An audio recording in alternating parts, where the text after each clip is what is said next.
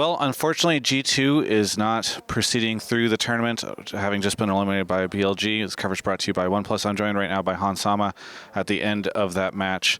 So, Hansama, there were some moments where it felt like G2 was fairly competitive, ended up taking that game, but wasn't able to take you weren't able to take the series. What do you think led to the loss today? Um, I think that there's a lot of things that could be better in the series. I feel like we could have won every game. Maybe less the last game. Actually, the last game before the pause, it was good, right? After it just started going downhill. That's a bit of sometimes when enemy pause for too long, it feels like we are just gonna grief after that. But I think it just happens. But yeah, I feel like during the series, I think there's a lot of team fighting that could have been on our side. I think both teams threw one game. We threw the game three and they threw the game two, kind of. And I think they were just better than us today. And I think also I felt that at least the first three games they were having pressure bot. So that was like hard to manage that around. We were playing a lot of matchup. I think it was like Jinx Jana against Philo Zulu back to back. It felt complicated to get some pressure there, so it was just trying to farm as much, because Jana will be like strong later. But yeah, other than that, I think they just played better than us. Yeah. Now, obviously, we'll see how things go for C9 tomorrow, but the sense seems to be that there's a pretty big gap between the Eastern teams and the Western teams. Do you, given how strong the Eastern teams are, do you feel any consolation in the fact that it doesn't feel like it's just G2, that it does feel like there's just a situation where LPL and LCK have a lead over everybody? Well, when we see the matches officially, it always shows that there's kind of a gap. There's always some rumors that Screams is better. Definitely is better. Maybe just like that. Maybe they are. Maybe they're just playing better on stage, and we are just, or it's we are playing worse, or I don't know what's happening. But yeah, it sucks that the West get to lose many games. At least we got like 2 wins in total, but still, now we want to win the best of 5 and feel like we we could take it, especially if today, personally, if I played better, probably we would have taken it, at least game 3, thinking that I've had like decent games, but I think some situation I could be playing better, so we could win. And there's that as well. Do you think that this meta puts a lot more pressure, or have you felt a lot more pressure on you given how much it is a bot lane centric meta? I think the moment Aphelios Jinx became the meta a bit more, it definitely became more of a AD carry, like do so much damage that you just cannot ignore. So definitely there's there's an AD carry meta, but yeah, the moment it has been switched to that Jinx Aphelios, I really liked it. Honestly, I was really enjoying. Playing like dealing so much damage, at least what I could improve on, what I could show in the practice today. Unfortunately, I really wanted to show a good Philus game because I felt like I had it prepared, but the game with Philus was a tragedy. We just lost. Couldn't have a big impact in that game, so yeah, many regrets about the game. Yeah. Do you have any expectations for who will win on Sunday?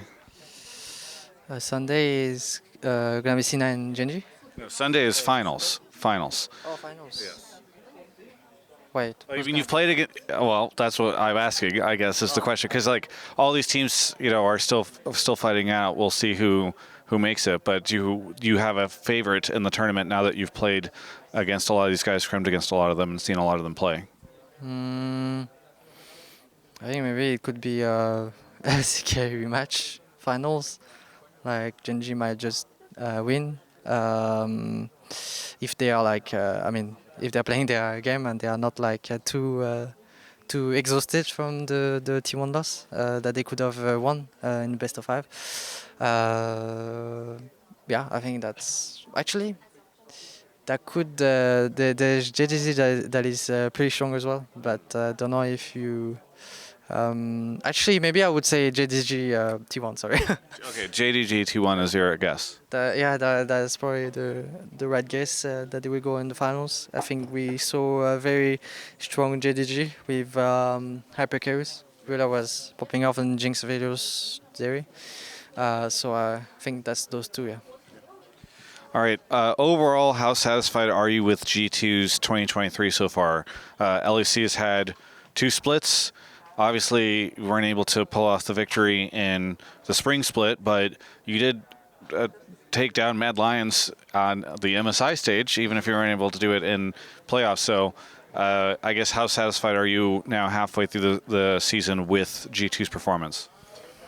I mean, if I think back, I was pretty satisfied about the first split we had because I think we showed way more dominance than the other teams. And I think I was performing better than the others. So, other AD carries. So that was like, I was happy about that split. Spring split we lost and we became fourth. Still got MSI though because of the winter. Still thought that we would have won Madlands. I feel like we were just not playing our proper game. We just messed up a lot. It just happens when you're trying to improve and stuff. I think things are maybe we didn't have a clear idea on how to play yet.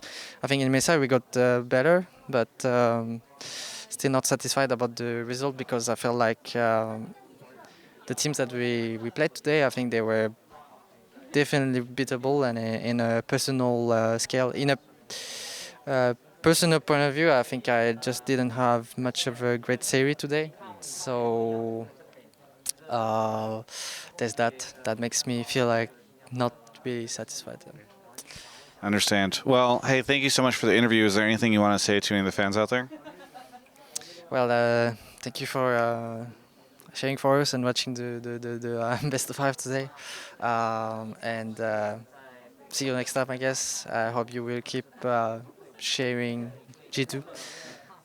Thank you, guys. Thank you so much for the interview. Looking forward to seeing you almost certainly at Worlds. We'll do another one of these interviews and hopefully a happier moment. But for everyone else, you can check out the rest of my coverage of all things MSI right here on my YouTube channel. Thanks so much for watching that interview. Hope you really appreciate my MSI coverage. And if you do, you should also appreciate OnePlus for sending me out here. This is the OnePlus 11, which is now available. It's an amazing phone with a lot of really cool features for gamers, which it's just been really fun for them to send me this phone and for me to check it out. It's got an amazing camera system and so much more. And if you would like to check it out, one, you can go to the link in the description below, but also I've got an extra one. They sent me an extra one of these things. It's again, a really cool phone. And I'm going to be giving it out to one of you. So we're going to be doing a giveaway. Check my Twitter for more information on that. We're going to be doing it over the course of the event. But thank you so much to OnePlus for hooking me up. And hopefully we can hook you up too if you end up winning the giveaway. But either way, thank you so much to OnePlus. And thanks for watching my video.